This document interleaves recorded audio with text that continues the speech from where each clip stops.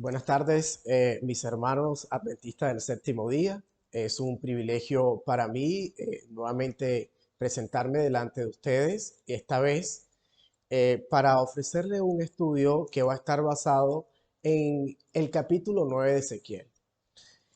Hemos estado compartiendo cierta información, ¿sí?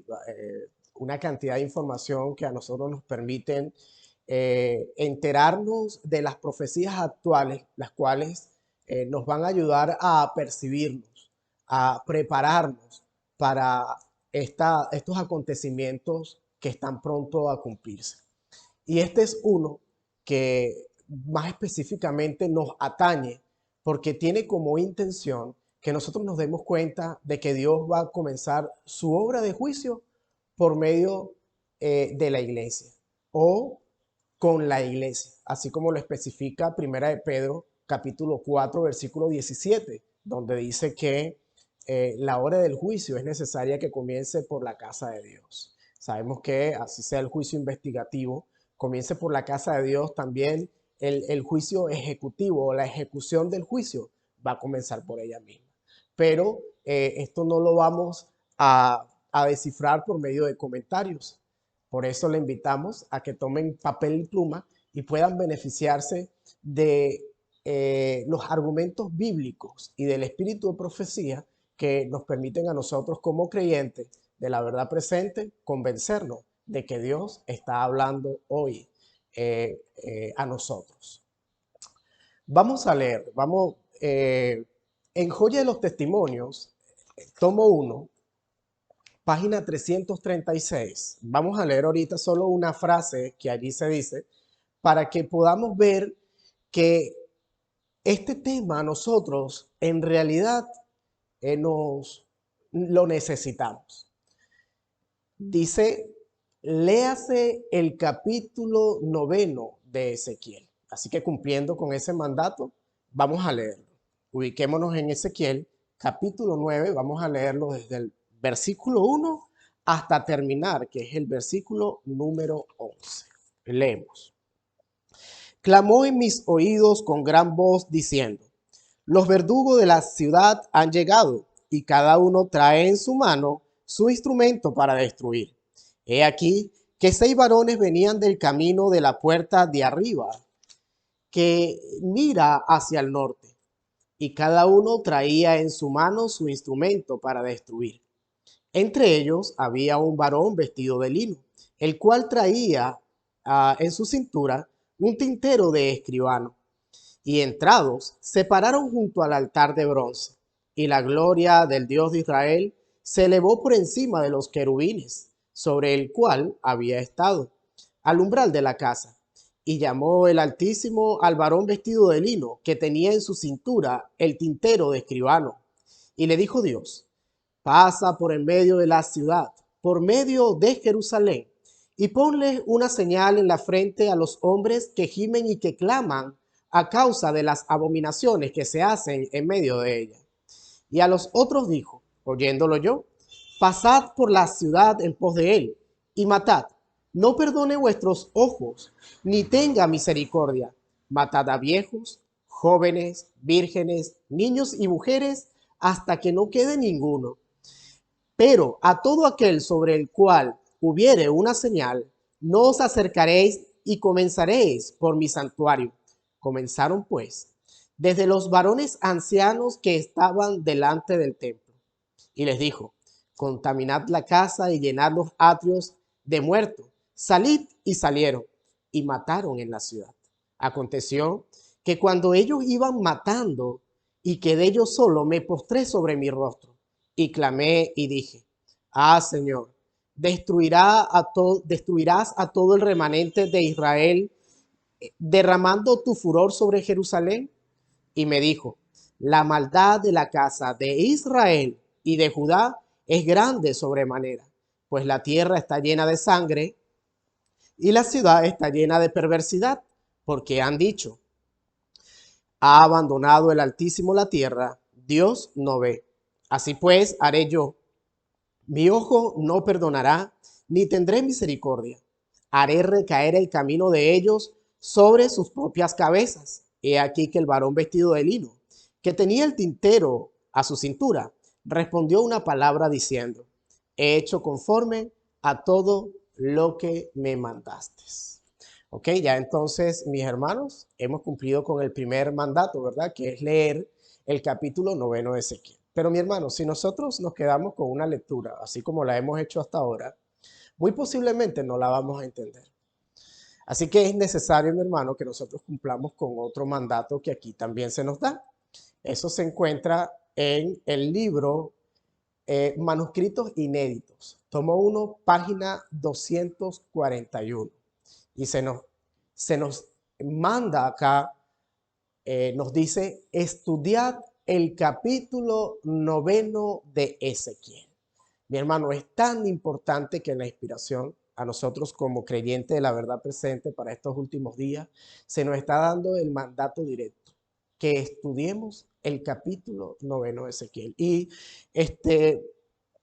muchas personas preguntarán, ¿pero por qué? Si eso fue algo que sucedió en el pasado, si ya tuvo su cumplimiento, eh, o eso es simbólico. Todas estas preguntas, todas estas inquietudes, vamos a darle respuesta por medio del estudio. Sin embargo, permítame decirle que cuando nosotros vamos a Ezequiel, capítulo 1, versículo 1 y 2, mira lo que encontramos aquí. Aconteció en el año 30 del mes 4, a los 5 días del mes, que estando yo en medio de los cautivos, junto al río Quebar, los cielos se abrieron y vi visiones de Dios. Entonces vemos que aquí en el versículo 1 nos está narrando el inicio del ministerio profético de Ezequiel. Y él estaba en el río Quebar. Bueno, pero ¿dónde quedaba el río Quebar? ¿Y en qué condición estaba Ezequiel? Versículo 2.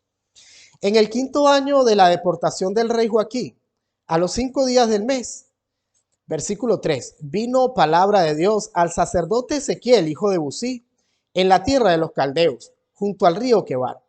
Vino allí sobre él la mano de Dios. Entonces, esas visiones o ese ministerio profético de ese sacerdote llamado Ezequiel se le da en tierras caldeas, ya estando cautivo de la mano de los dirigentes babilonios, y él está allí en esa tierra ajena, en esa tierra lejana. ¿Ok? Él no está en Judá, y mucho menos con los de Israel, porque si nosotros sabemos la historia, cuando se dividen las 12 tribus, 10 quedan al sur y se le da el nombre de Israel por tener el mayor número de tribus, y 2 quedan eh, en el norte, perdón, 10 quedan en el norte y 2 quedan en el sur, y a ese se le da el nombre de Judá. En, eh, las primeras tribus en disiparse fueron las 10 tribus que por mano de los asirios los dispersó por toda la tierra, dice la Biblia, hasta el día de hoy, y nunca jamás volvieron a unirse. En cambio, el reino de Judá, el más pequeño, quedó allí porque Dios lo preservó. Sin embargo, llegó un momento en el cual sus idolatría y su comportamiento era tal de que Dios tuvo que desecharlo también. Pero no por tiempo indefinido, sino que el rey Nabucodonosor los lleva cautivos por 70 años en tierras caldeas. Y allí se están. Cuando cuando Israel está disperso por toda la tierra y cuando Judá está cautivo en Babilonia, ahí es donde Ezequiel eh, recibe como el llamado para iniciar su ministerio profético. Ahora, fíjense ustedes, mi hermano, aquí hay varias cosas que nosotros debemos analizar, porque Dios dice que esta profecía le es dada a él porque la tierra tanto de Israel como de Judá era grande sobremanera. Sin embargo, nosotros vemos que como pueblo ya Israel no existía. Y que este mensaje tenía como propósito que lo llevara a ese pueblo. Y sin embargo vemos que Ezequiel estaba cautivo en la tierra de los caldeos. Pero a pesar de, muchas personas también dicen que eso tuvo su cumplimiento pues en ese momento cuando el rey Nabucodonosor tomó completamente a Judá. Pero nosotros entonces tenemos que analizar, ¿verdad? Porque si Dios nos lo está mandando a leer y a estudiar es por algo. Y preguntémonos entonces, si esto aconteció y esos varones con armas en las manos simbolizaban al ejército babilónico castigando al pueblo de Judá por su desobediencia y se los lleva cautivo a Babilonia, quiere decir que en esa purificación, leyendo todo el contexto de lo que es la profecía, los que quedaron sobrevivientes eran puros, eran totalmente puros, eran los que estaban gimiendo, los que estaban clamando, los de buen corazón. Sin embargo, cuando nosotros vemos en el libro de Daniel, el relato, vemos a esos cuando Nabucodonosor erige esa estatua imponente que tenía como fin que lo honraran a él, vemos que solo 3 personas, eran los 3 hebreos allí mencionados, los únicos que no se postraron ante esa estatua. ¿Qué hicieron los demás? Los demás se postraron, mis hermanos.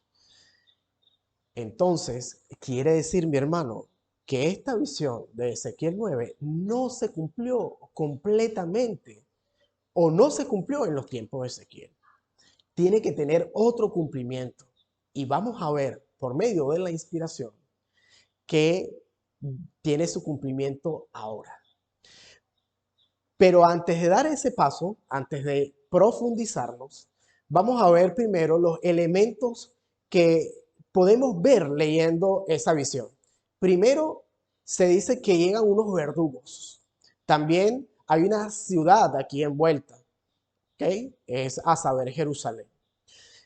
Estos verdugos no vienen con las manos vacías, ellos tienen algo en la mano.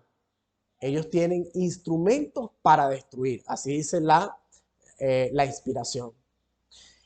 Entre ellos, entre esos verdugos, esos varones que vienen con armamento en sus manos, hay uno que es distinto, está vestido de lino y que tiene en su cintura un tintero de escribano que tiene como fin colocar un sello en la frente, ¿verdad? A todos los que están gimiendo y los que están clamando a causa de las abominaciones. Vemos que él sella a todo aquel que está clamando y gimiendo. Y detrás de él vienen los varones con las armas y empieza una destrucción. Esa destrucción, mis hermanos, se nos da a mostrar que es sin misericordia, porque no perdona ni a mujeres, ni a vírgenes, ni a niños, ni a ancianos. ¿Ok? Otra de las cosas es que esa ejecución del juicio como tal empieza en el santuario, ¿sí? Desde allí es el núcleo y ahí se esparce por toda la ciudad. Y también los ancianos salen a relucir como los principales o los primeros en sentir la ejecución de este juicio. También, mis hermanos, tenemos que ver que hay varias fases, procesos que tienen que cumplirse para que este juicio sea llevado a cabo a su finalidad. Y una de las primeras fases que allí se nos muestra es que empieza con la proclamación de una destrucción, o sea, un anuncio, se anuncia la destrucción. ¿Okay? Viene y dicen, han llegado los verdugos, ¿sí? Vienen a destruir. Esa es el primer punto en las fases que tienen que cumplirse para la ejecución del juicio. Otra de las fases que se nos menciona es que la gloria de Dios, que estaba entre los querubines, que siempre había estado allí, se quita de allí, se mueve y se posiciona en el umbral de la casa. Es decir, desde el centro de donde estaba en el lugar santísimo, él se va, ¿ok? Y sale y queda en la parte de afuera de lo que es la casa. Otro punto que nosotros vemos para avanzar en el cumplimiento del proceso es que hay un sellamiento y ese sellamiento se le hace exclusivamente a los que están gimiendo y clamando. Y una de las cosas que nosotros debemos eh, hacer énfasis es que es un sellamiento de los que están gimiendo y clamando dentro de la ciudad. O sea que es un sellamiento interno que se lleva a cabo allí. Posterior al sellamiento viene la ejecución, viene una matanza. Y por último, que se nos muestra en el capítulo 10, versículo 2, es que se arrojan en toda la ciudad carbones encendidos. Esos versículos no lo hemos leído, pero lo vamos a leer al final porque tiene mucha importancia para este estudio. Y lo primero que nosotros debemos entonces hacer, ya que hemos dado cuenta, hemos analizado que es posible que no se haya cumplido aún esa profecía, es descifrar si eso se cumplió o se cumplirá.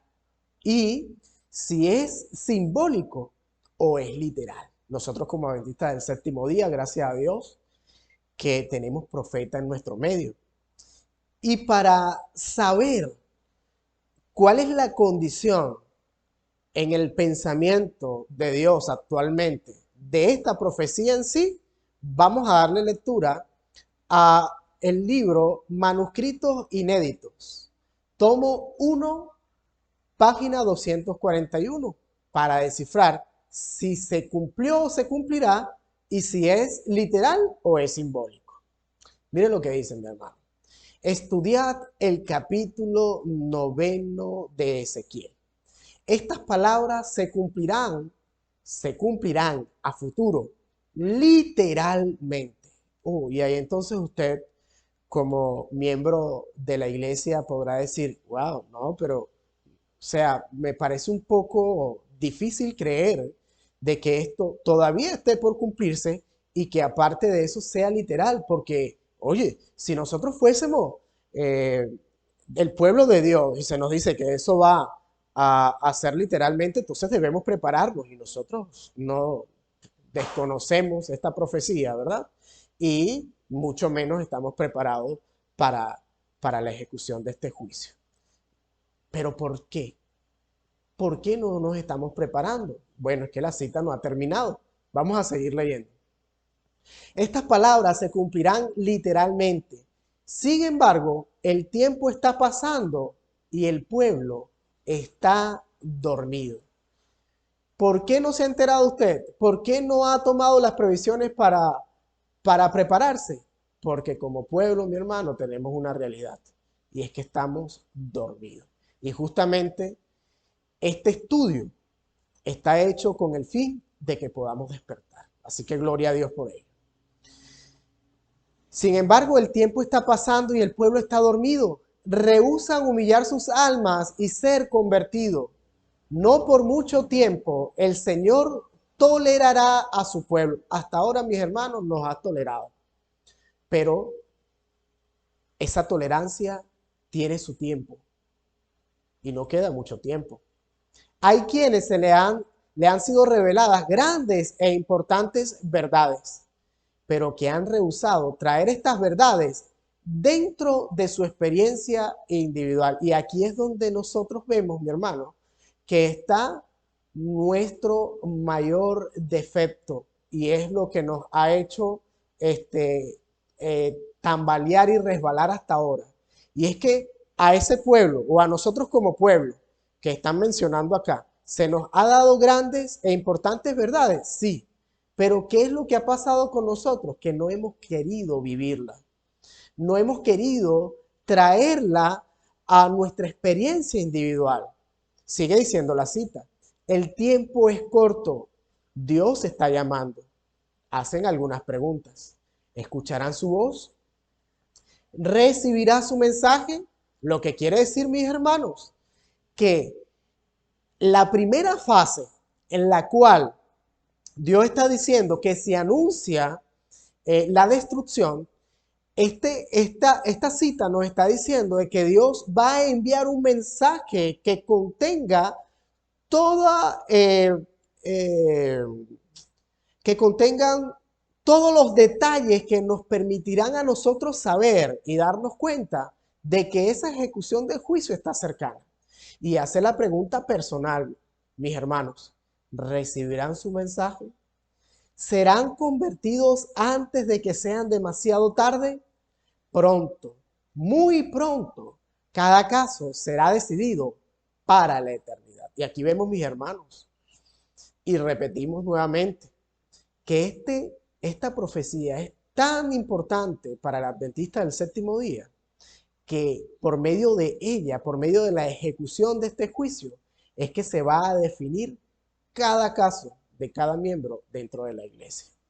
Así que, mis hermanos, debemos tener cuidado en recibir este mensaje, de vivirlo y poder llevarlo a cabo, anunciarlo, para que así el Dios del cielo pueda tener misericordia con nosotros en este acontecimiento. Así que, mis hermanos, el primer paso o la primera fase que nosotros vimos que allí eh, se, se hace notar es que iba a haber el anuncio de la destrucción, el anuncio de la ejecución de ese juicio. Y vemos que se está cumpliendo. Y una de las cosas es que estos temas están recorriendo el mundo entero dentro de nuestras iglesias. La siguiente señal que habíamos visto, o la siguiente fase que habíamos ahí identificado, es que la gloria de Dios que había estado entre los querubines se iba a apartar de allí y iba a salir fuera en el umbral de la casa. Y eso lo vemos en Ezequiel capítulo 9, versículo 3. Vamos a leer Evento de los Últimos Días, página 45. Nos dice así: la iglesia se encuentra en el estado laodicense. La presencia de Dios no está en su medio. Otro punto muy importante, mi hermano, y es que nosotros como adventistas del séptimo día nos duele asimilar de que Dios no esté dentro de nuestro medio. Sin embargo, en el desarrollo de este tema vamos a darnos cuenta de que lastimosamente, a causa de nuestra o como consecuencia de nuestra conducta, la presencia de Dios, el Espíritu Santo, se ha retirado de nuestro medio porque no hemos actuado de la debida manera. Y si la presencia de Dios no está en nuestro medio, entonces ¿dónde está? Vamos a leer Apocalipsis capítulo 3, versículo 20, para nosotros darnos cuenta, mis hermanos, con base bíblica, ¿dónde está Dios? He aquí, yo estoy a la puerta y llamo. Vamos a imaginarnos a una persona llamando a la puerta. ¿Dónde lo posiciona usted? ¿Dentro de la casa o fuera? Exactamente, fuera de la casa. Fuera de la casa, Él está llamando allí, ¿sí? He aquí, yo estoy a la puerta y llamo. Si alguno oye mi voz y abre la puerta, entraré a Él y cenaré con Él y Él conmigo. Lastimosamente, mi hermano, nuestra conducta o nuestro estado laodicense ha hecho que nosotros o que la presencia de Dios se vaya de donde siempre estuvo, mi hermano, y ahora está afuera. ¿Afuera qué? Afuera de la iglesia, llamando a cada corazón para que pueda atender este mensaje. Así que, mis hermanos, no seamos ya más remisos, no endurezcamos nuestro corazón, atendamos el mensaje que Dios nos está enviando. Recibiréis poder. Del 22 de mayo nos dice de esta manera: sin la presencia del Espíritu y el poder de Dios, será en vano nuestra obra de presentar la verdad a la gente. Y esta es una de las cosas, mis hermanos, que a nosotros nos da evidencia de que la presencia de Dios no está en nuestro medio. Y es que sin la presencia de Dios, sin la gloria de Dios dentro de nuestro medio, nuestro poder para presentar la verdad al mundo es nulo. Y es que por eso nosotros vemos que ahora nuestros métodos de evangelización, de forma general, son eh, proyectos eh, que tienen, que tienen procedimientos que no son descritos por la Biblia. Entonces vemos, mi hermano, que hay estrategias mundanas para llevar el evangelio al mundo. Entonces allí es donde empezamos a hacer campañas eh, con música, ¿ok? Ahí es donde empezamos a tener estrategias mundanas con el fin de alcanzar y llamar la atención del mundano, pero que al final la verdad se oculta y al final no es presentada al, al candidato. Ahí es donde vemos, mi hermano, de que si nosotros no presentamos la verdad como es al mundo, porque la verdad es la única que puede transformar el corazón del creyente. Es la única que puede transformar la vida de ese ser que quiere ser un candidato para el reino. Pero cuando nosotros ocultamos la verdad y lo que ofrecemos son programas que no contienen la verdad pura, no adulterada para este tiempo, por eso, y los efectos son que vemos a una membresía dentro de nuestra iglesia, claro, quizás en algunos casos numerosa, pero que no tiene, la verdad no ha tenido el poder de transformar ese corazón. Por eso vemos que cada vez más hay iglesias las cuales la gran mayoría de sus miembros tienen evidentemente actitudes mundanas y que muy lejos de reformarse, más bien han traído todas sus costumbres y sus prácticas dentro de nuestro medio. Pero ¿eso por qué? Porque la presencia de Dios, por nuestro estado laodicense, de no tener necesidad de nada, de no querer aceptar la verdad, ha alejado a Dios de nuestro medio. Y por eso, mis hermanos, no hemos podido ayudar al mundo a transformarse, porque la verdad es la única que puede santificar al miembro de la iglesia. Dice Juan, el Evangelio según San Juan, capítulo 17, versículo 17, dice, santifícalos en tu verdad. Tu palabra es verdad. O sea, prediquemos la palabra de Dios y cuando la verdad impregne el corazón de este candidato, va a tener evidentemente una transformación y ahí es donde nacerá de nuevo y va a dejar el pecado, porque la verdad es la única que tiene el poder de hacernos libres del pecado. ¿Sí? Conocerás la verdad y la verdad te hará libre. Ahora, mis hermanos, con todo esto de que la presencia de Dios ya no está en nuestro medio y que nosotros representamos a la iglesia de la Odisea, la cual la presencia de Dios está afuera tocando cada uno individualmente al creyente, entonces, ¿cuál es el siguiente paso? ¿Qué debemos hacer? Vamos a leer Joya de los Testimonios, tomo 3, página 254. Aquí vamos a ver cuáles fueron las causas reales del por qué la gloria de Dios se ha retirado. ¿Qué hemos hecho nosotros como iglesia para que la gloria de Dios se retire? Joya de los Testimonios, tomo 3, página 254. Luego me dijo, ¿no puedes ver con qué falsedad cubrieron su inmundicia? La corrupción de su carácter. ¿Qué pues? ¿La ciudad fiel ha venido a ser una ramera? La casa de mi padre es hecha un lugar de comercio, a donde se han retirado la gloria y la presencia divina. Por esta causa hay debilidad y falta la fuerza. ¿Qué es lo que hemos estado encubriendo, mi hermano? Dos cosas: falsedad e inmundicia y la corrupción de nuestro carácter. Y ahí es donde se nos dice que acaso nosotros, la ciudad fiel, nos hemos convertido en una ramera. ¿Por qué nos hemos convertido en una ramera? Aquí lo dice Dios, porque la casa de nuestro Padre, la cual había sido edificada, levantada con el fin de que sea casa de oración para todos los pueblos, donde la gloria de Dios se manifieste allí, nosotros la hemos hecho un lugar de comercio. ¿Y cómo nosotros podemos evidenciar de que eso es así? Bueno, mis hermanos, no hace falta ir muy lejos.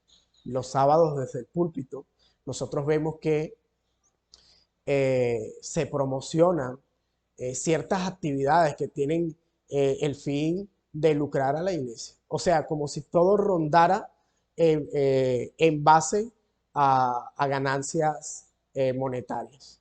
Y inclusive y respetando el día sábado, en el cual sabemos nosotros que no debemos hacer ningún tipo de anuncio comercial y ni siquiera estar haciendo negocios, aunque sea en la casa de Dios y mucho menos en día sábado. Y entonces vemos, mis hermanos, que frecuentemente están dando anuncios de conciertos, dando precios, de campamentos, de retiros, vendiendo este librito por acá, cobrando este folleto por allá, haciendo actividades inclusive actividades de ventas de productos, ya sea alimenticio o alguna otra cosa dentro de la iglesia. ¿Qué usted cree, mi hermano, de que si estuviera Jesús en este tiempo, en nuestros días, no volcaría a la mesa de los cambistas como lo hizo en lo anterior? Hemos ofendido a Dios y por eso Él nos ha dicho que parecemos ramera porque nos estamos vendiendo por precio, estamos rebajando la verdad solo para alcanzar una cantidad de dinero. Dejemos de hacer eso, mi hermano. Dejemos de participar de eso que lo hagan, porque es una realidad la condición de la iglesia, pues, pero será su problema. Dejemos de participar nosotros, mi hermano, porque con eso hemos debilitado nuestro campamento. Y no es la primera vez que Dios ha llamado a su pueblo como ramera. Nosotros como adventistas de séptimo día no somos los únicos a que Dios le ha dado esa acusación tan fuerte, pero en nuestra condición debemos darle gracias a Dios porque nos permite ver cuál es nuestra condición con el fin de que la cambiemos, con el fin de que hagamos algo para que esa realidad sea transformada. Vamos en Oseas capítulo 2, versículo 14 y 15. En Oseas capítulo 1 y 2 se nos está diciendo de la relación que tuvo Oseas con Gomer. Gomer era una ramera. No vamos a tocar, no vamos a profundizarnos en ese tema ahora, pero lo que sí queremos traer a colación es que en esa relación de Dios con la iglesia que está representada con una mujer vil, no pura, él nos hace saber que tiene un método con el fin de cambiar esa realidad de la iglesia. Leemos en el capítulo 2, versículo 14 de Oseas.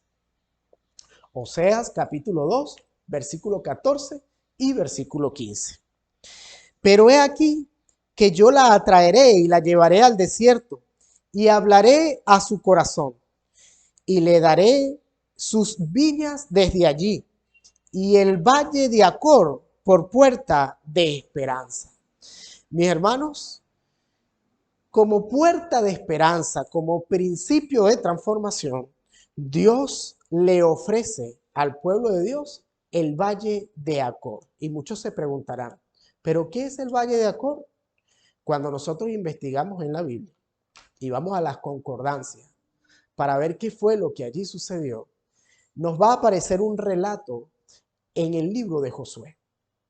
Y para colocarlo en contexto, porque vamos a leer el capítulo 7, el versículo 24 en adelante, había un hombre, un personaje dentro del campamento que tenía por nombre Acán. Acán se le había dado al pueblo en general, inclusive, incluyendo a Acán, de que Jericó, por ser una de las primeras ciudades en caer, tenían que quemar todos sus bienes. No podían tomar nada de allí. Sin embargo, este personaje desobedece la orden directa de Dios y creyendo que Dios no lo veía, que Dios ignoraba lo que él estaba haciendo ocultamente, lleva esos materiales robados dentro del campamento. O sea, por su codicia a las cosas mundanales, trae eso dentro del núcleo del campamento. Y Dios, ofendido, su gloria o su apoyo se retira de ese campamento y como consecuencia empieza a tener debilidad el pueblo. Y cuando van a enfrentar a un pueblo minúsculo e insignificante ya para Israel, resulta que pierden.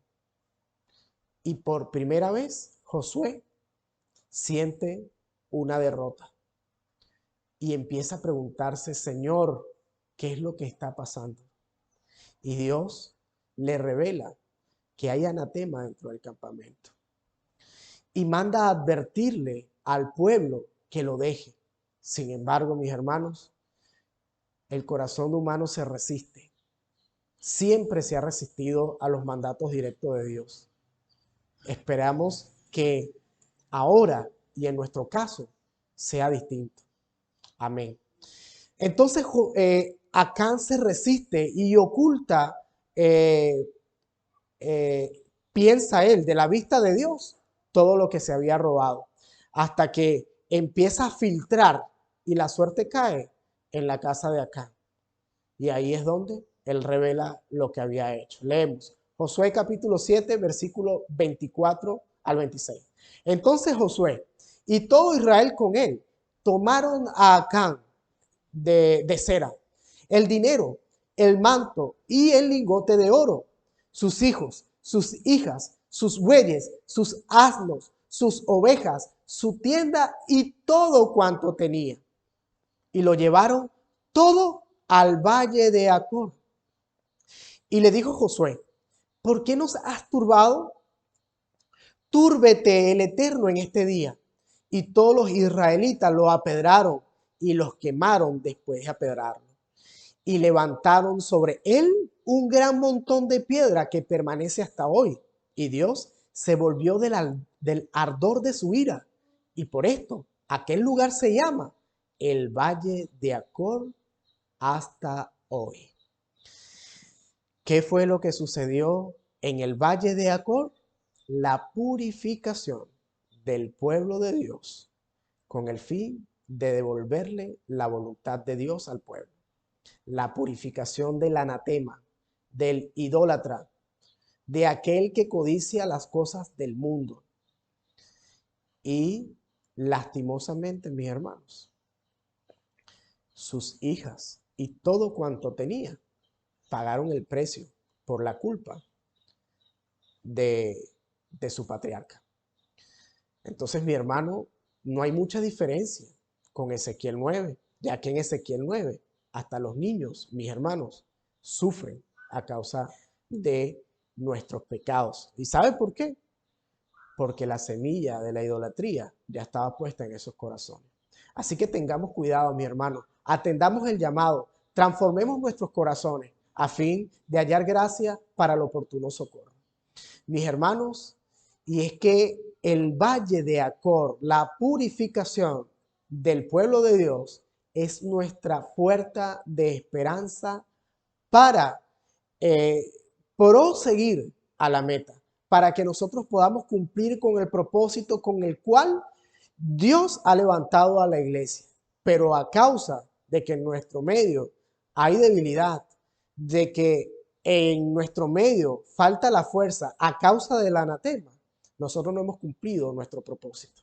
Ah, pero ¿por qué yo digo que hay anatema dentro de nuestro medio? ¿Será que para este tiempo también habrá Acán dentro de nuestra iglesia? Vamos a verlo. Testimonios para la Iglesia, tomo 3, página 570 nos dice: sin duda, todos están familiarizados con el caso de Acán. Está registrado en la historia sagrada para todas las generaciones. ¿Ve? El caso de Acán sirve de beneficio para todas las generaciones posteriores. Y sigue diciendo la cita, pero más especialmente para aquellos sobre quienes los fines del mundo han llegado, o sea, nosotros. ¿Por qué? Porque justamente, mis hermanos, esa puerta de esperanza que es el Valle de Acor, que está más ricamente descrita en Ezequiel 9, nosotros somos los que vamos a verlo en carne viva. Esa purificación del pueblo que en antaño se nos dio una figura, nosotros hoy vamos a sentir la realidad de ella. Y es que tiene que haber la purificación del Acán dentro de nuestro medio para que podamos rescatar el favor de Dios. Testimonios para la Iglesia, tomo 5, página 146 nos dice: si la presencia de un solo Acán bastó para debilitar todo el campamento de Israel, podemos sorprendernos ante el escaso éxito que coronan nuestros esfuerzos ahora que cada iglesia y casi cada familia tiene su propio Acán.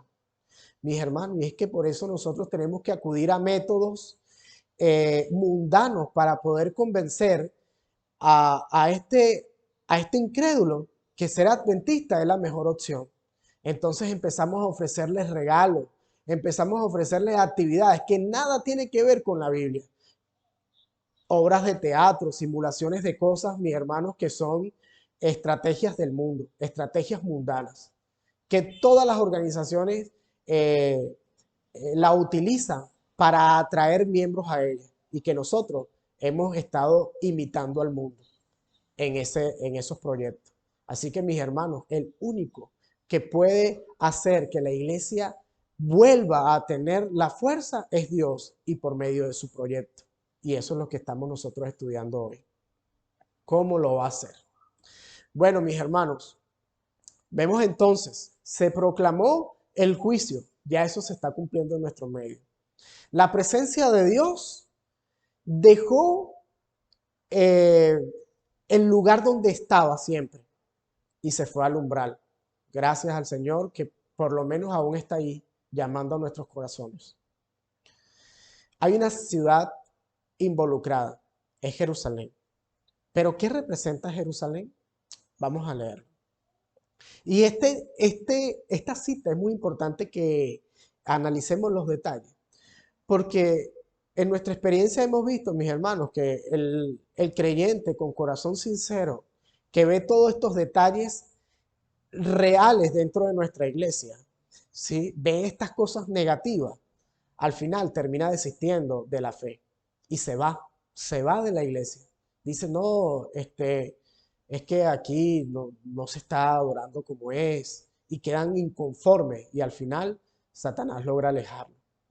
O hay otros que empiezan a hacer sus propios movimientos internos y empiezan a sabotear ciertas cosas dentro de la iglesia, a llamarla por algunos títulos que está totalmente deslineado con la profecía.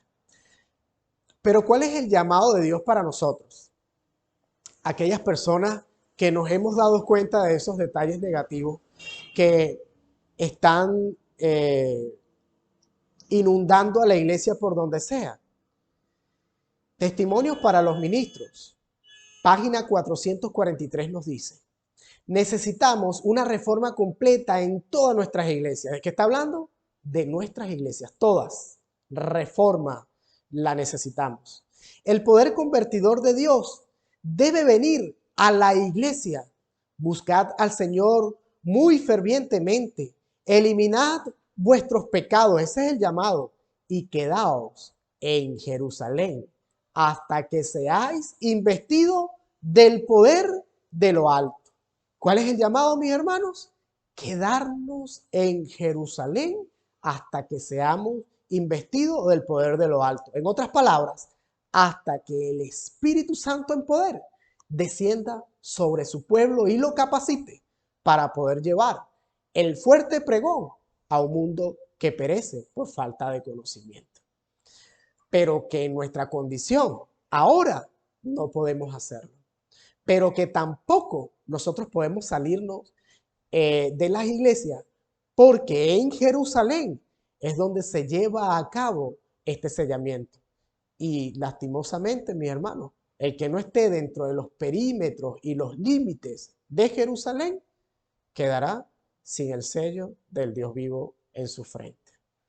Así que el llamado es gemir y clamar por las abominaciones que se hacen. No las deje, quédate allí hasta que Dios dé la señal. Vamos a seguir con el siguiente elemento, el verdugo. Los verdugos nosotros sabemos que son personajes que están encargados de llevar a cabo la ejecución de un juicio. ¿Okay? El juez determina y quien lleva a cabo y quien hace realidad la sentencia es el verdugo. Pero ¿quiénes son los verdugos? ¿Será que son los miembros consagrados de la iglesia? Vamos a leer testimonios para los ministros, página 47. La obra de separación es dada a los ángeles de Dios. No se la encomienda a las manos de algún hombre. ¿Quiénes son los verdugos, mis hermanos? Los ángeles.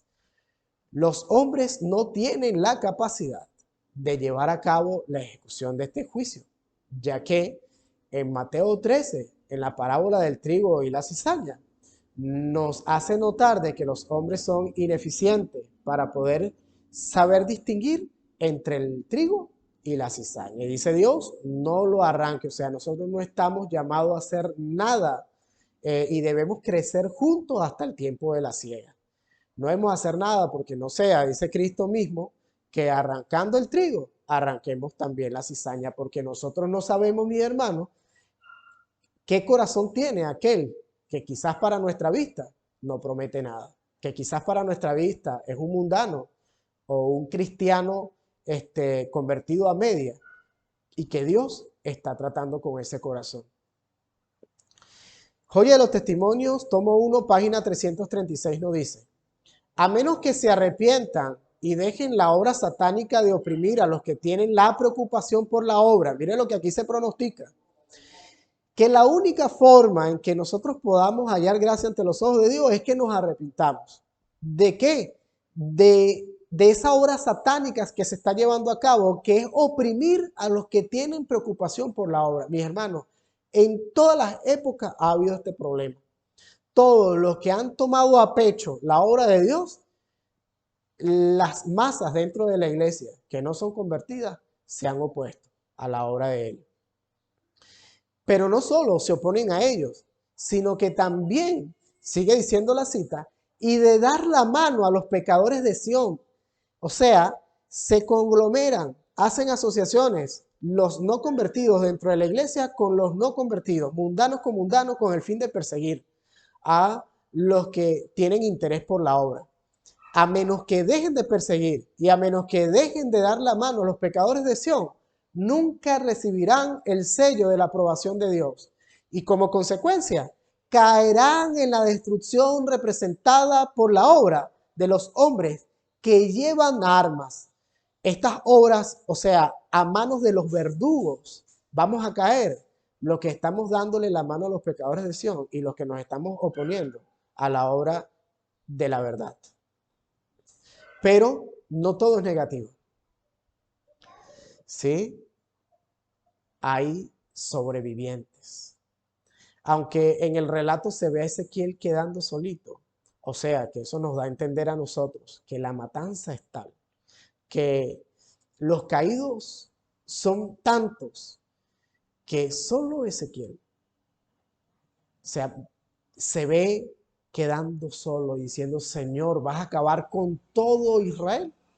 Hay sobrevivientes, mis hermanos. ¿Y con qué fin? ¿Para qué? Vamos a leer Joya de los Testimonios, tomo 1, página 335. El verdadero pueblo de Dios que toma a pecho el espíritu de la obra del Señor y la salvación de las almas Verá siempre el pecado en su verdadero carácter pecaminoso. Estará siempre de parte de los que denuncian claramente los pecados que tan fácilmente asedian a los hijos de Dios, especialmente en la obra final que se hace en favor de la iglesia. Mis hermanos, la obra final que se hace en favor de la iglesia está descrita en esta cita. Prestemos atención. No en favor del mundo, sino en favor de la iglesia. Especialmente en la obra final que se hace en favor de la iglesia.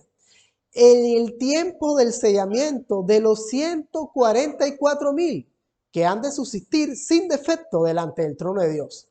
Sentirán muy profundamente los hierros de los que profesan ser hijos de Dios.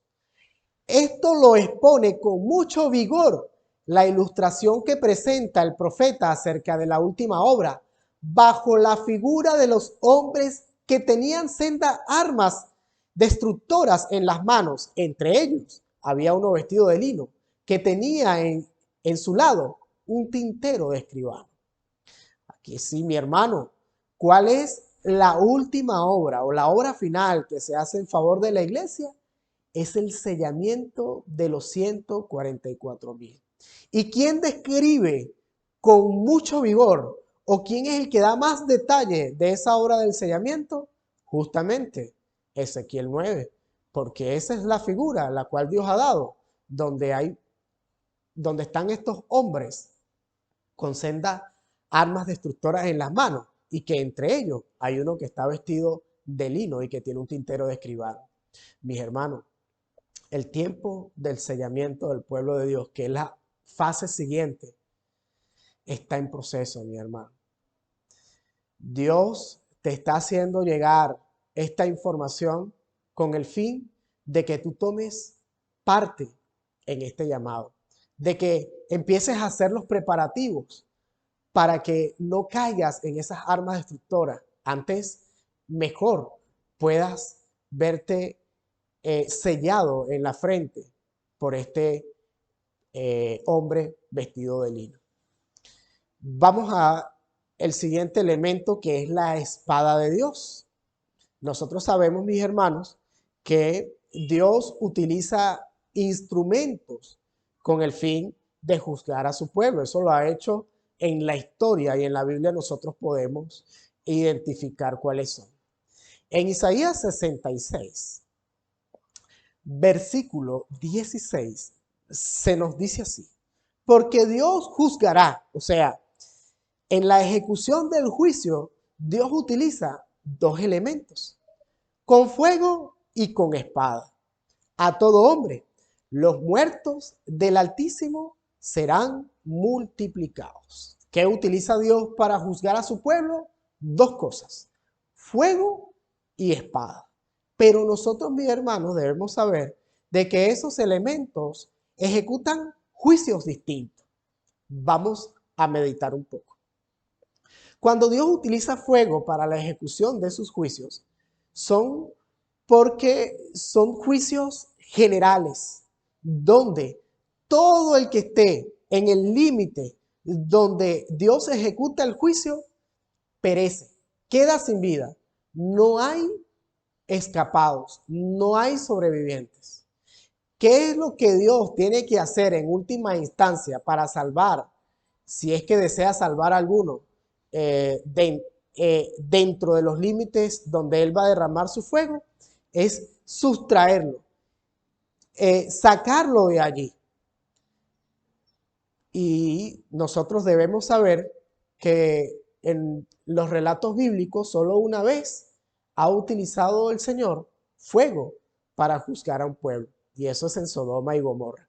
Que la única forma en que Él pudo salvar a miembros que tenían su residencia dentro de los límites de Sodoma y Gomorra era sacarlo de allí. Ahí estuvo Lot, sus dos hijas y su esposa.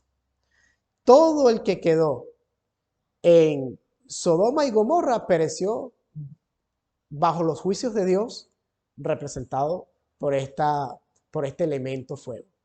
Pero también utiliza otro elemento llamado espada. Ese elemento ejecuta los juicios distintos. Cuando nosotros vemos que Dios utiliza espada, es porque hace juicios parciales. En otras palabras, eh, si tú estás dentro de los límites donde Dios va a castigar o va a juzgar a ese pueblo con espada, puedes tener la oportunidad de quedar vivo.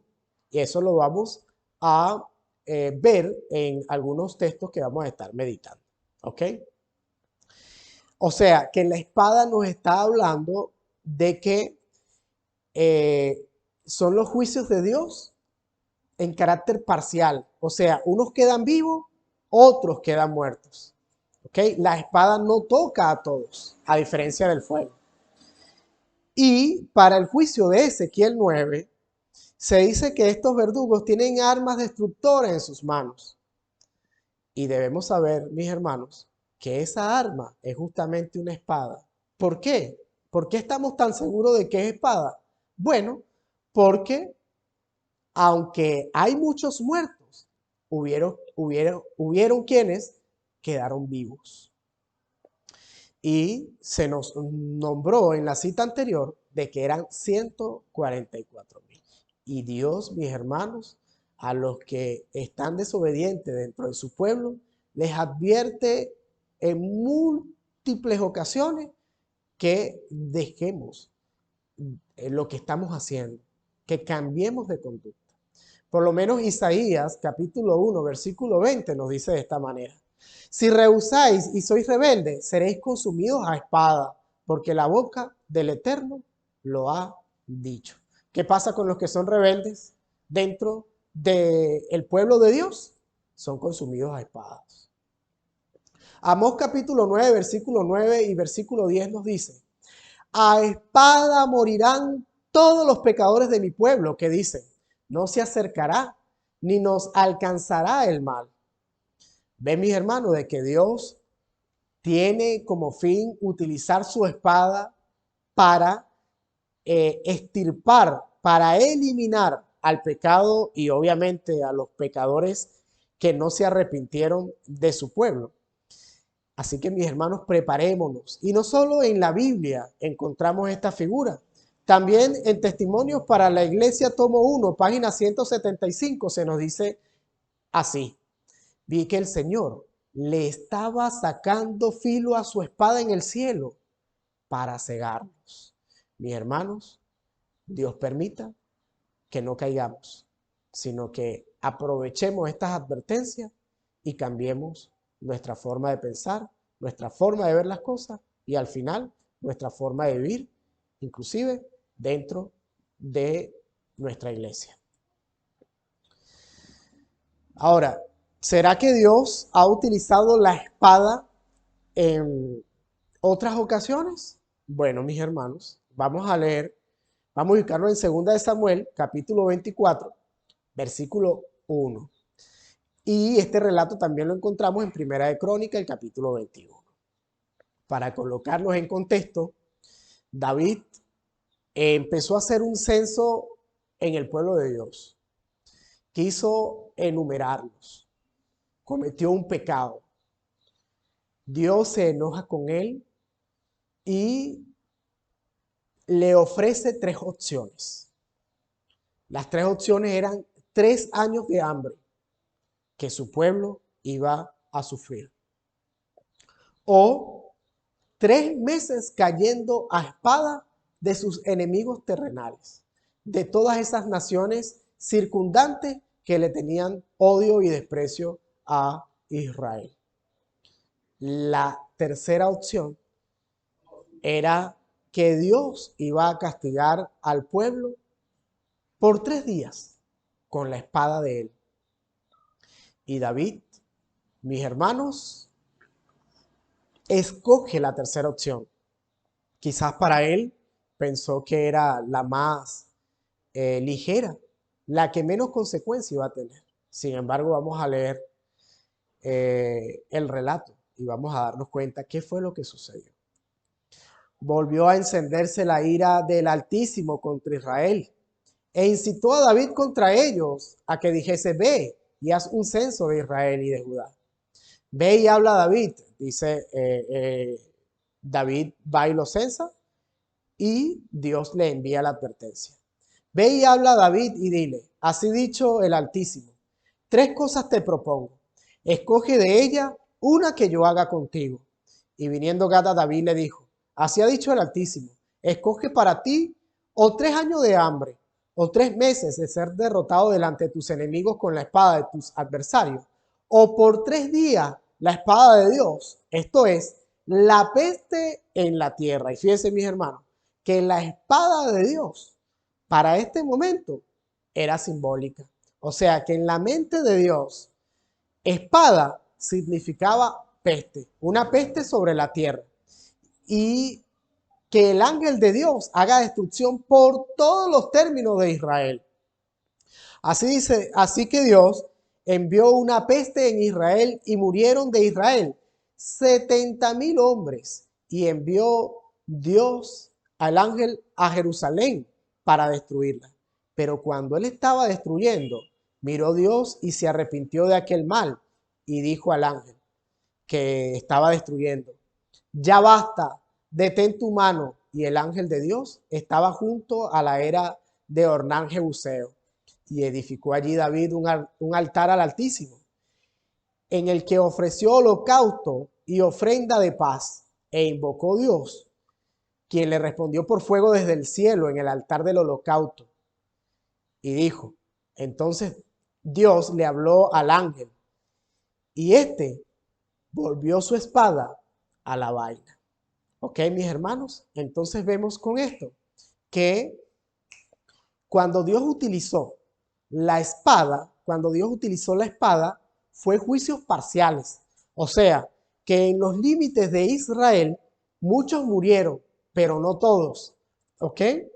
Y también vemos que no era una espada literal, sino estaba simbolizada por una peste que Dios envió al pueblo para afligirlo y de esa manera matarlo. Y fíjense, mi hermano, que eran 3 días, pero ni siquiera el ángel había terminado su obra de los 3 días cuando Dios se arrepintió. Y sin embargo, miles de hombres cayeron muertos. Así que, mis hermanos, esto nos advierte a nosotros a que tengamos cuidado, porque la espada de Dios puede quitarnos la vida. La espada de Dios puede sorprendernos. Así, mis hermanos, como sorprendió a los antiguos egipcios, quienes no cumplieron el mandato divino, quienes no se apercibieron y tomaron muy livianamente aquella recomendación que Dios le hizo de pintar los postes y los dinteles con sangre de la ofrenda. Y al final, mis hermanos, Israel o los que habían obedecido salieron alegres, ¿sí? Liberados de sus opresores, y los que no obedecieron quedaron de luto, quedaron lamentando, eh, quedaron lamentando la muerte de sus primogénitos, inclusive la del faraón. Y esa espada, eh, fíjense, mis hermanos, que solo aquellos que Dios había ya desaprobado fueron los que cayeron en esa espada, con esa espada. Fueron los que murieron a causa de desobediencia. ¿Ok? Los que hicieron caso simplemente no murieron. En el relato de Ezequiel 9, también nosotros vemos que esta marca es puesta en la frente, y los que sean distinguidos por esa marca, el ángel de la muerte pasará de largo y no les hará nada. Y en otras ocasiones Dios también ha utilizado ángeles para ejecutar su juicio, por lo menos en la liberación de Judá, cuando Senaquerib, en una noche 185,000 asirios murieron por la espada de Dios, sin intervención de mano humana. Así que, mis hermanos, en este tiempo Dios está advirtiéndonos de que Ezequiel 9 se va a ejecutar dentro de la iglesia, y no va a haber solo un ángel, sino van a haber 5 con armas destructoras, quitándole la vida a aquellos que desobedieron el mandato, a aquellos que tuvieron por inmunda la palabra del Señor. El varón vestido de lino con el tintero de escribano. Según Levítico 16, comentario bíblico adventista, página 635, nosotros podemos darnos cuenta de que este material con el cual estaba vestido este varón, que era el lino, es la prenda que a nosotros nos hace saber Dios que utilizaban los sacerdotes en el servicio de expiación. Este varón era uno de los 6, dice Joya de los Testimonios, tomo 1, página 335.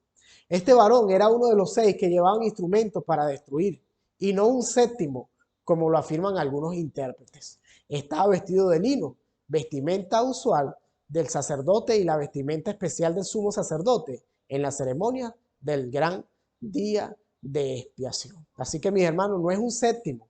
Entre los 6 está contado este varón vestido de lino y que está vestido con la vestimenta que utilizaban los sacerdotes en la ceremonia de expiación. O sea, que tiene como fin expiar al pueblo de Dios. Ezequiel 9 tiene como fin purificar al pueblo de sus pecados. Comentario bíblico adventista, página 171, nos dice: el ángel con el tintero de escribano debe colocar la señal en la frente de todos los que están separados del pecado y de los pecadores, y el ángel exterminador sigue a este ángel.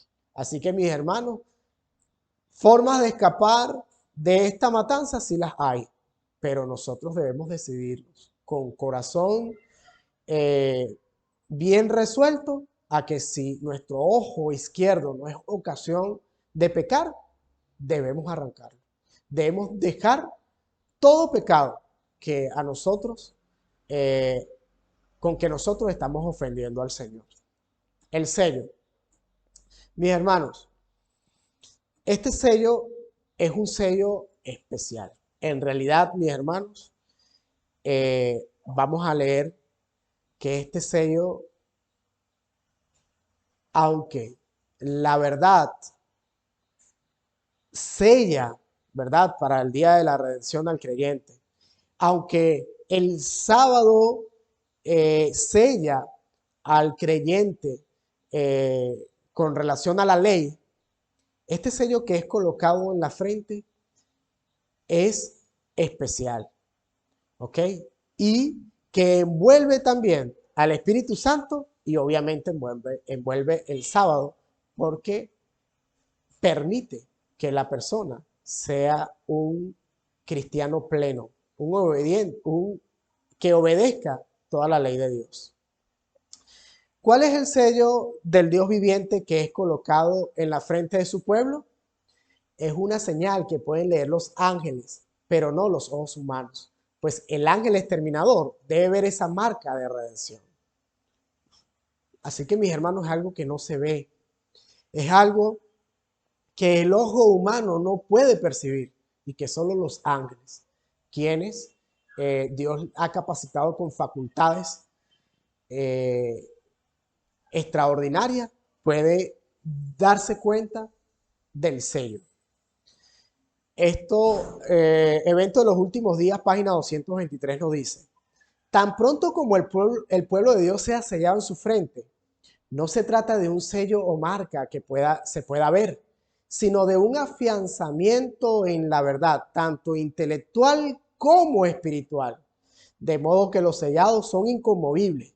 Tan pronto como sea sellado y preparado para el zarandeo, este vendrá y ciertamente ha comenzado. ¿De qué se trata este sello, mis hermanos? Que tiene este varón vestido de lino. No se trata de un sello o marca que se pueda ver, sino de un afianzamiento en la verdad, tanto intelectual como espiritual. ¿A quiénes se le colocan? Exclusivamente, mis hermanos, a los que están dentro de Jerusalén, pero están haciendo una obra, están gimiendo y están clamando. Vamos a leer Joya de los Testimonios, tomo 1, página 336. Nos dice así: nótese esto con cuidado. Los que reciban la marca pura de la verdad desarrollada en ellos por el poder del Espíritu Santo y representado por el sello del hombre vestido de lino, son los que gimen y claman a causa de todas las abominaciones que se hacen en la iglesia. Y fíjense, mis hermanos, que ya la hermana White no está usando el término Jerusalén, está usando el término iglesia. ¿Ves, mis hermanos, que aquí con más fuerza podemos descifrar de que Jerusalén está representada por la iglesia adventista del séptimo día? Y que no se le coloca este sello a los hombres que están gimiendo solamente o que están clamando solamente.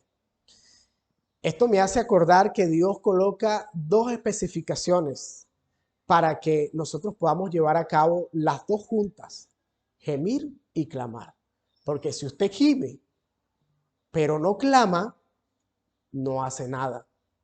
¿Sí? Y si usted clama, pero no gime, usted tampoco está haciendo mucho. Sigue diciendo la cita, su amor por la pureza y el honor y la gloria de Dios es tal, y tienen una visión tan clara del carácter excesivamente pecaminoso del pecado, que se los representa agonizando, suspirando y llorando. Léase el capítulo 9 de Ezequiel.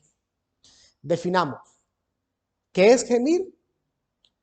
Joya de los Testimonios, tomo 2, página 65 nos dice, aquellos que no sienten pesar por su propia decadencia espiritual, ni lloran sobre los pecados ajenos, quedarán sin el sello de Dios.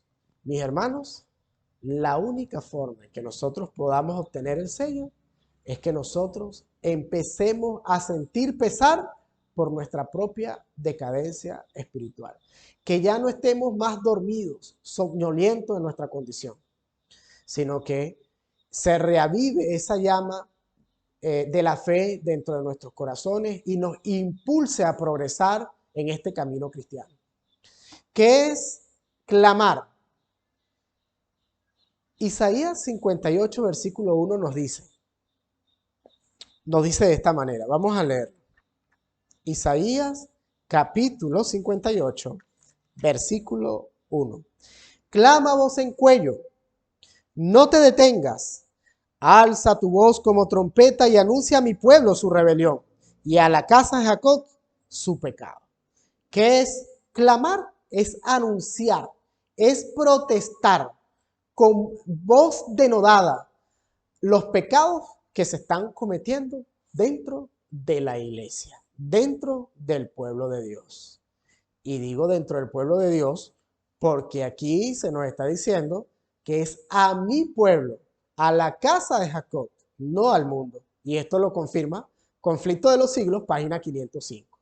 Los que deben ser reconvenidos a causa de sus transgresiones no son los que constituyen el mundo impío, sino aquellos a quienes el Señor designa como pueblo mío. ¿Y cuál es el mandato? El mandato es, clama a voz en cuello, no te detengas. Mis hermanos, empecemos a cambiar nuestras vidas. Empecemos a sentir nuestra verdadera carencia de la verdad dentro de nuestra vida. Ahora, mis hermanos, vamos a estar analizando algo sobre los que no cambiaron su forma de ser, los que no atendieron el mensaje, los que endurecieron sus corazones, de los cuales no se tuvo misericordia.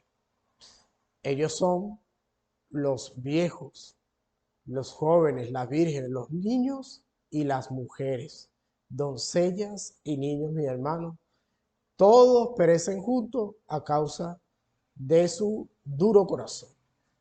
Y muchas veces nosotros sentimos cuando se nos dice estas cosas de que, pues, es posible que no ocurra. O sea, podemos sentir que Dios quizás no lo va a hacer porque es bastante duro. Sin embargo, vamos a ver el carácter de Dios, el carácter justo y santo de Dios en los juicios anteriores que Él ha efectuado dentro de su pueblo, teniendo en cuenta que Dios siempre ha querido tener un pueblo que se parezca a Él. Siempre ha querido purificar a su pueblo de la transgresión, de los pecados y de los pecadores.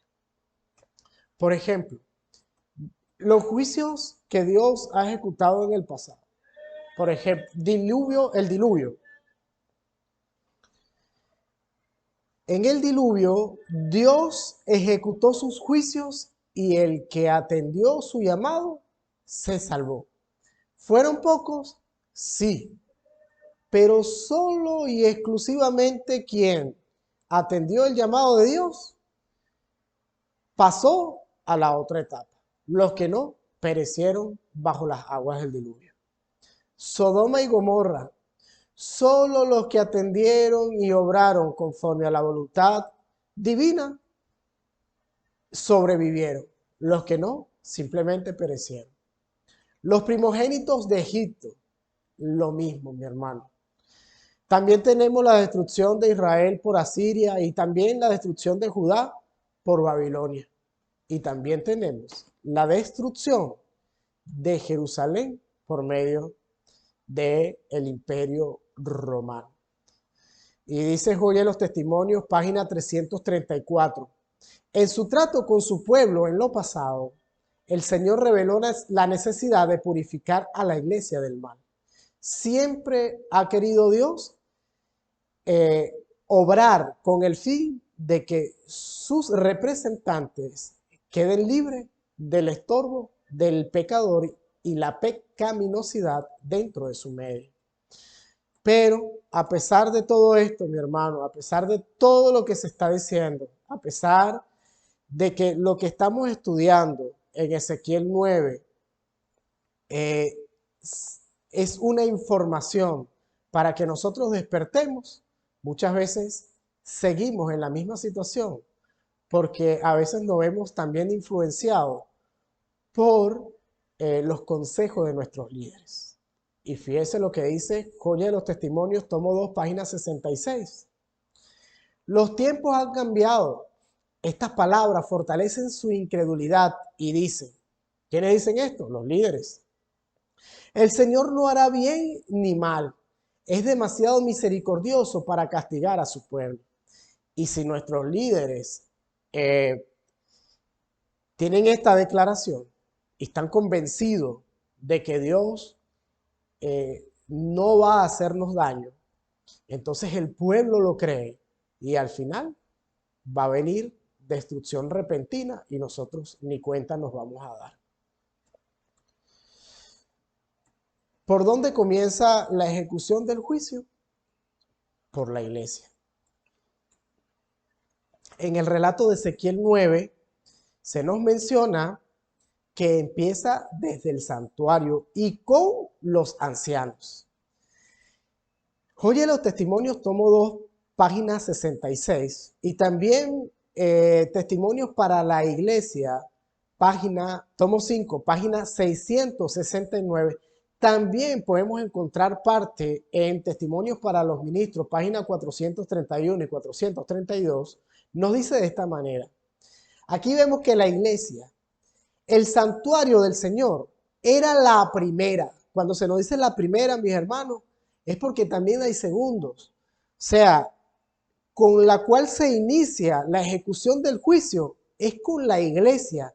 Y aquí vemos que la iglesia, el santuario del Señor, era la primera en sentir los golpes de la ira de Dios. Los ancianos, aquellos a quienes Dios le había brindado gran luz, que se habían destacado como guardianes de los intereses espirituales del pueblo, habían traicionado su cometido. Y por haber traicionado hay una venganza. Dios, el Dios ofendido, se va a vengar de aquellos que habían traicionado su confianza. Ellos, los ancianos, habían asumido la actitud de que no necesitamos esperar milagros ni la señalada manifestación del poder de Dios como en los tiempos anteriores. Dice, los tiempos han cambiado. Estas palabras fortalecen su incredulidad y dicen, el Señor no hará bien ni mal. Es demasiado misericordioso para castigar a su pueblo. Así el clamor de paz y seguridad es dado por hombres que no volverán a elevar la voz como trompeta y para mostrar al pueblo de Dios sus transgresiones y a la casa de Jacob su pecado. Estos perros mudos que no querían ladrar son los que sienten la justa venganza de un Dios ofendido.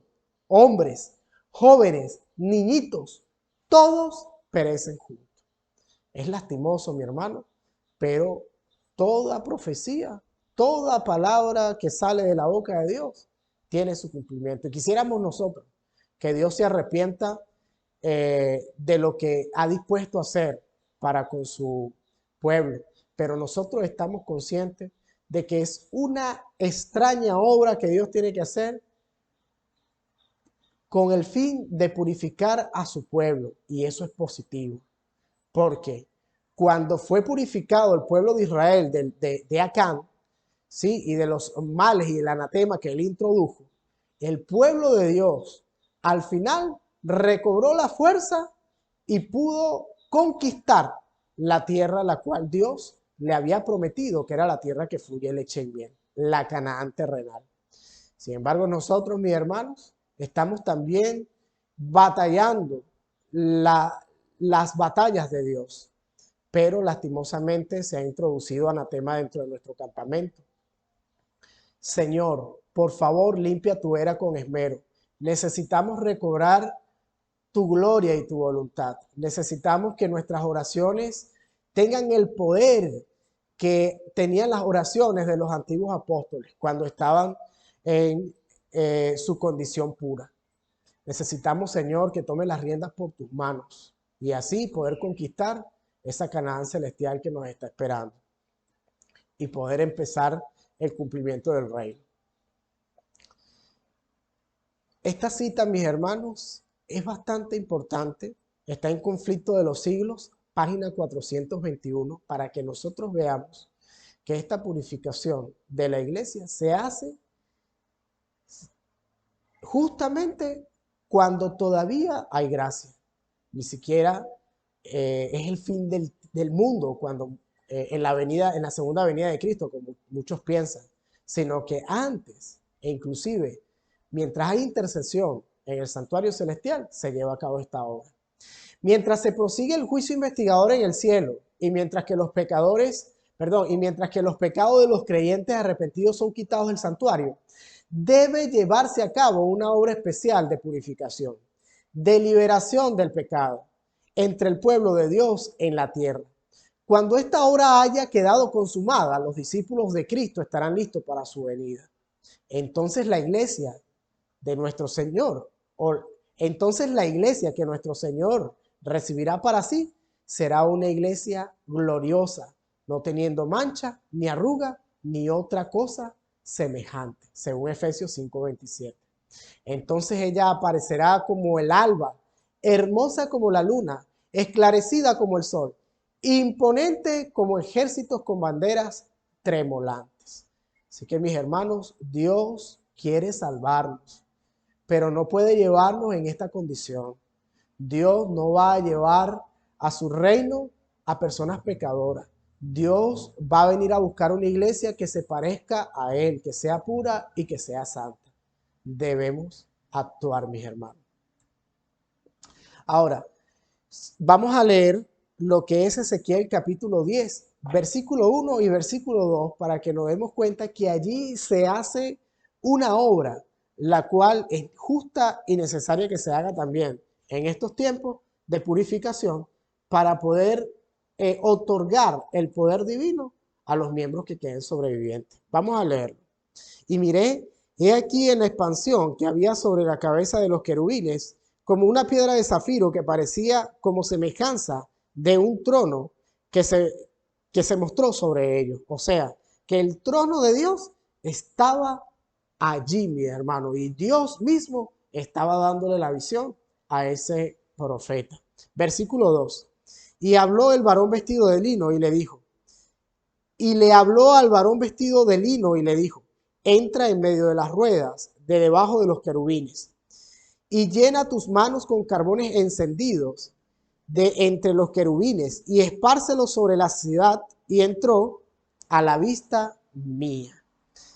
¿Qué nos dice eso, mis hermanos? Que Dios mandó al varón vestido de lino, aquel que tenía el tintero en su cintura, el tintero de escribano, a que tomara carbones de, de su incienso, ¿ok? Carbones encendidos y lo esparciera por toda la ciudad. Pero vamos a darnos cuenta, mis hermanos, que la destrucción ya ocurrió. Los ángeles que tenían sendas armas de destrucción en las manos ya ejecutaron el juicio. Aquel varón vestido de lino en los últimos versículos del capítulo 9 nos dice, he cumplido con lo que me mandaste. O sea, que el mandato se llevó a cabo, se ejecutó, la matanza se llevó a cabo. Ahora, ¿para qué son estos carbones? Estos carbones ya no son más para destrucción, mis hermanos, sino son para bendición. ¿Y cómo lo sabemos? Porque Dios en la Biblia nos ha mostrado que Él también ha hecho esta obra en los tiempos antiguos. Vamos a Isaías capítulo 6, versículo 5 al 8, para que nosotros podamos ver qué fue lo que ocurrió cuando Isaías fue tocado con un carbón del incienso. Isaías capítulo 6, versículo del 5 al 8. No, dice así. Entonces dije, ay de mí que soy muerto, porque siendo hombre inmundo de labios y habitando en medio de un pueblo que tiene labios inmundos, han visto mis ojos al Rey, el Dios de los ejércitos. Y voló hacia mí uno de los serafines, teniendo en su mano carbón encendido, tomado del altar con unas tenazas. Y tocando con él sobre mi boca, dijo, he aquí que yo toco tus labios, y es quitada tu culpa, y limpio tu pecado. ¿Qué hace Dios con ese carbón encendido? Él toca los labios de Isaías y es expiada su culpa, es transformado su carácter. Entonces, dice el versículo 8, después oí la voz del Señor que decía, ¿a quién enviaré? ¿Y quién irá por nosotros? Entonces respondí yo, heme aquí, envíame a mí. Y dijo, anda y di a mi pueblo, oíd bien y, y no entendáis, ve por cierto, mas no comprendáis. Mis hermanos, ¿qué fue lo que ocurrió aquí? Isaías sentía que su condición real era decadente delante de la vista de Dios. Y era así, mi hermano. Así que Dios tuvo que utilizar esos carbones del incenciario para expiar la culpa de Isaías. ¿Y qué fue lo que ocurrió posterior a eso? Cuando tocaron sus labios los carbones encendidos, se le expió la culpa. Y cuando se le pregunta a quién enviaré, él dice de manera voluntaria, heme aquí, envíame a mí, estoy dispuesto. ¿Qué ocurre con este relato en Ezequiel capítulo 9? Que los sobrevivientes también se van a sentir inmerecedores de estas glorias. Sin embargo, al esparcirse el carbón por toda la ciudad, todos los que sobrevivieron son investidos del Espíritu Santo y salen con voz decidida y con espíritu encendido a todo el mundo a decir, heme aquí, envíame a mí. O sea, hacen la obra de recorrer toda la tierra. El esparcimiento de los carbones encendidos sobre la ciudad representa la purificación absoluta del corazón. Obreros Evangélicos, página 23. Efectuada por el derramamiento del Espíritu Santo sobre los que reciben la señal, los que escapan de la matanza. Pero los días de la purificación de la iglesia se aproximan velozmente. Dios se propone tener un pueblo puro y leal. Testimonios para la iglesia, tomo 5, página 75. Véase también. Mensajes selectos, tomo 3, página 440. Y ahí, mis hermanos, es donde se cumple Isaías capítulo 66, versículo 19. Isaías capítulo 66, versículo 19. ¿Qué nos dice? y pondré entre ellos señal. ¿Ves? Que lo primero que se ve es una señal. Y enviaré de los escapados. ¿Escapados de qué? De la matanza. De Ezequiel 9, mis hermanos. Del día de venganza. Y pondré entre ellos señal y enviaré a los escapados de ellos a las naciones, a Tarsis, a Fud, a Luz, que disparan arco, a Tubal, Jabal, a las costas lejanas que no oyeron de mí. Esto es, a los mundanos que hasta ahora no saben la verdad, mis hermanos, ni vieron mi gloria, y publicarán mi gloria entre las naciones. Mis hermanos, sí, ellos van a publicar la gloria de Dios entre las naciones, es porque ellos van glorificados. Y los carbones tienen ese fin de purificar al pueblo de Dios y glorificarlo. ¿Con qué fin? Bueno, ¿con qué fin ellos van a todas las naciones a publicar la gloria? ¿Para qué? Versículo 20. Y traerán a todos vuestros hermanos de entre todas las naciones por ofrenda a Dios, en caballos, en carros, en literas, en mulos, en camellos, a mi santo monte Jerusalén. Así dice el Altísimo, al modo que los hijos de Israel traen ofrendas en utensilio limpio a la casa del Señor.